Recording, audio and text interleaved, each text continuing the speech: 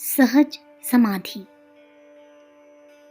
महात्मा कबीर का वचन है, साधो सहज समाधि भली, गुरु प्रताप भयो जा दिन से, सूरति न अनंत चली। आखन मुंदु कानन रुंदु, काया कष्ट न धारो, खुले नयन से हंस हंस देखो, सुंदर रूप निहारो। कहू सोई नाम, सुनु सोई सुमरन, खाऊ पीऊ सोई पूजा, ग्रह उद्यान एक सम लेखु, भाव मिटाऊ दूजा। जहाँ जहाँ जाऊँ सोई परिक्रमा, जो कुछ करूँ सो सेवा, जब सोऊँ तब करूँ दंडवत, पूजू और न देवा। शब्द निरंतर मनुआ राता, मलिन बासना त्यागी, बैठत उठत कबहु न विसरै, ऐसी ताड़ी लागी। कहे कबीर यह उन मनि रहनी, सोई प्रकट कर गाई, दुख सुख के एक परे परम सुख, ते ही सुख रहा समाई। उपरोक्त पद में सद्गुरु कबीर ने सहज समाधि की स्थिति का स्पष्टीकरण किया है। यह समाधि सहज है, सर्वसुलभ है, सर्वसाधारण की साधना शक्ति के भीतर है, इसलिए उसे सहज समाधि का नाम दिया गया है। हठ योग, राजयोग, लय योग, नाद योग, बिंदु योग आदि की साधना से कठिन है। उनका अभ्यास करते हुए समाधि की स्थिति तक पहुंचना असाधारण कष्ट साध्य है। चिरकालीन तपश्चर्या, षट कर्मों के श्रम साध्य साधन सब किसी के लिए सुलभ नहीं है। अनुभवी गुरु के सम्मुख रहकर विशेष सावधानी के साथ वे क्रियाएं साधनी पड़ती है। फिर यदि उनका साधन खंडित हो जाए तो वे संकट भी सामने आ सकते हैं, जो योग भ्रष्ट लोगों के सामने कभी कभी भयंकर रूप से आ खड़े होते हैं। कबीर जी सहज योग को प्रधानता देते हैं। सहज योग का तात्पर्य है सिद्धांतमय जीवन, कर्तव्यपूर्ण कार्यक्रम, इंद्रिय भोगों, पाश्विक वृत्तियों एवं काम, क्रोध, लोभ, मोह की तुच्छ इच्छाओं से प्रेरित होकर आमतौर से लोग अपना कार्यक्रम निर्धारित करते हैं। पहला संपत्ति संचय, दूसरा अहंकार की पूर्ति, तीसरा मनोरंजन, चौथा काम सेवन, पांचवा रुचिकर आदर विहार, छठा ममत्व का पोषण, सातवां परिग्रह की तृष्णा। इन 7 इच्छाओं की आधार धुरी पर घूमने वाले जीवन भोगी जीवन है, जो इस छोटी सीमा में ही घिरे रहते हैं। इसी घेरे में अपने विचारों और कार्यों को सीमित रखते हैं। वे बंधनग्रस्त है, मायापाश में बंधे हुए हैं। योगी लोग इस क्षुद्र सीमा का उल्लंघन करके आगे बढ़ते हैं। वे इस बचपन से ऊंचे उठकर आध्यात्मिक यौवन की सीमा में पदार्पण करते हैं। भोगमय शुद्रता को योगी लोग उल्लंघन करते हैं, इसीलिए उन्हें जीवन मुक्त कहते हैं।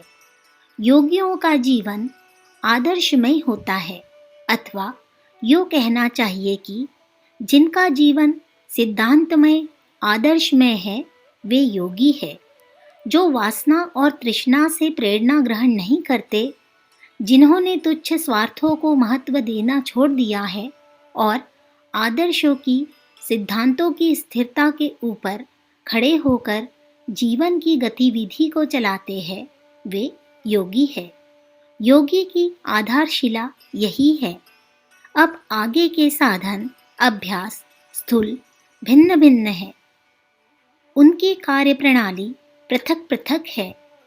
इस पृथकता और भिन्नता के होते हुए भी मूल तथ्य सभी साधनाओं के अंतर्गत एक ही है। सहज योग असंख्य प्रकार की योग साधनाओं में से एक है। इसकी विशेषता यह है कि साधारण रीति से सांसारिक कार्य करते हुए भी साधना क्रम चलता रहता है। इसी बात को यूँ भी कहना चाहिए कि दैनिक जीवन के समान सांसारिक काम ही साधना भय बन जाता है। सहज योगी अपने दिन भर के कार्यों को कर्तव्य, यज्ञ, धर्म, ईश्वरीय आज्ञा पालन की दृष्टि से करता है। भोजन करने में उसकी भावना रहती है कि प्रभु की एक पवित्र धरोहर शरीर को यथावत रखने के लिए भोजन किया जा रहा है। खाद्य पदार्थों का चुनाव करते समय शरीर की स्वस्थता उसका ध्येय रहता है। स्वादों के चटोरेपन के बारे में वह सोचता तक नहीं। कुटुंब का पालन पोषण करते समय वह परमात्मा की एक सुरम्य वाटिका का माली की भांति सिंचन संवर्धन का ध्यान रखता है। कुटुंबियों को अपनी संपत्ति नहीं मानता। जीवकोपार्जन को ईश्वर प्रदत्त आवश्यकताओं की पूर्ति का एक पुनीत साधन मात्र समझता है। अमीर बनने के लिए जैसे भी बने वैसे धन संग्रह करने की तृष्णा उसे नहीं होती। बातचीत करना, चलना फिरना, खाना पीना, सोना जागना, जीविकोपार्जन, प्रेम द्वेष आदि सभी कार्यों को करने से पूर्व परमार्थ को, कर्तव्य को, धर्म को प्रधानता देते हुए करने से वे समस्त साधारण कामकाज यज्ञ रूप हो जाते हैं। जब हर काम के मूल में कर्तव्य भाव को प्रधानता रहेगी तो उन कार्यों में पुण्य प्रमुख रहेगा।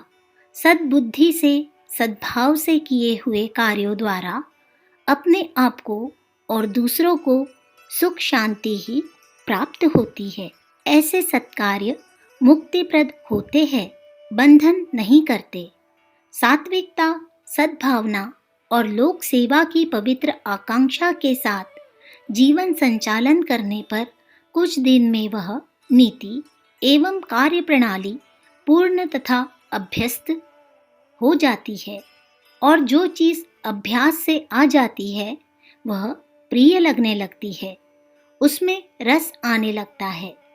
पूरे स्वाद की खर्चीली, प्रत्यक्ष हानिकारक, दुष्प्राप्य, नशीली चीज़ें, मदिरा, अफीम, तंबाकू आदि चीज़ें जब कुछ दिन के प्रयोग के बाद प्रिय लगने लगती है और उन्हें बहुत कष्ट उठाते हुए भी छोड़ते नहीं बनता, जब तामसी तत्व कालांतर के अभ्यास से इतने प्राण प्रिय हो जाते हैं तो कोई कारण नहीं कि सात्विक तत्व उससे अधिक प्रिय न हो सके।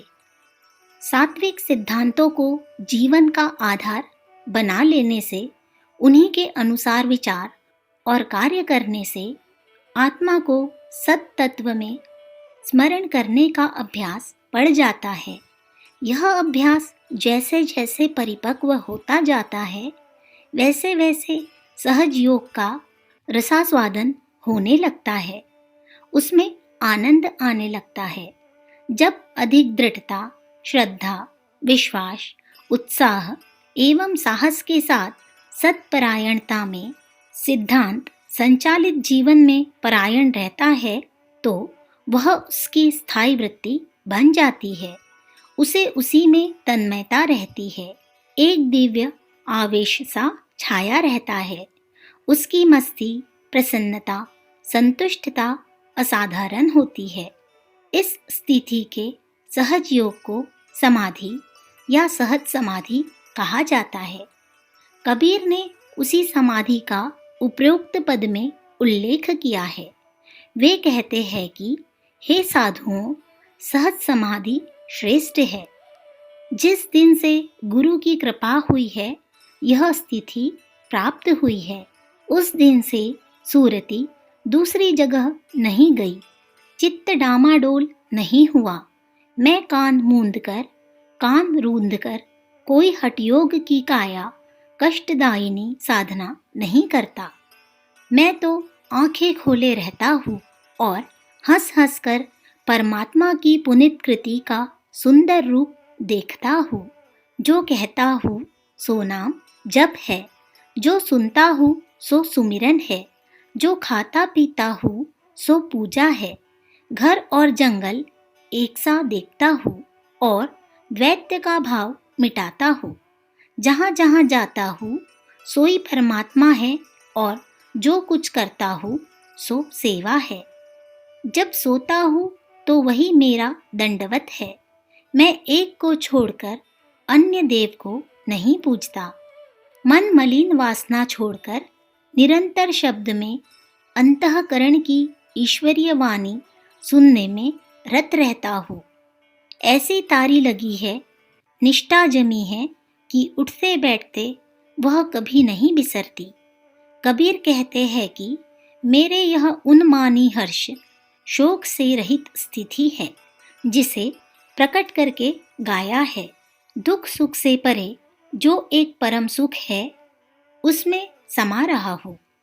यह सहज समाधि उन्हें प्राप्त होती है जो शब्द में रत रहते हैं।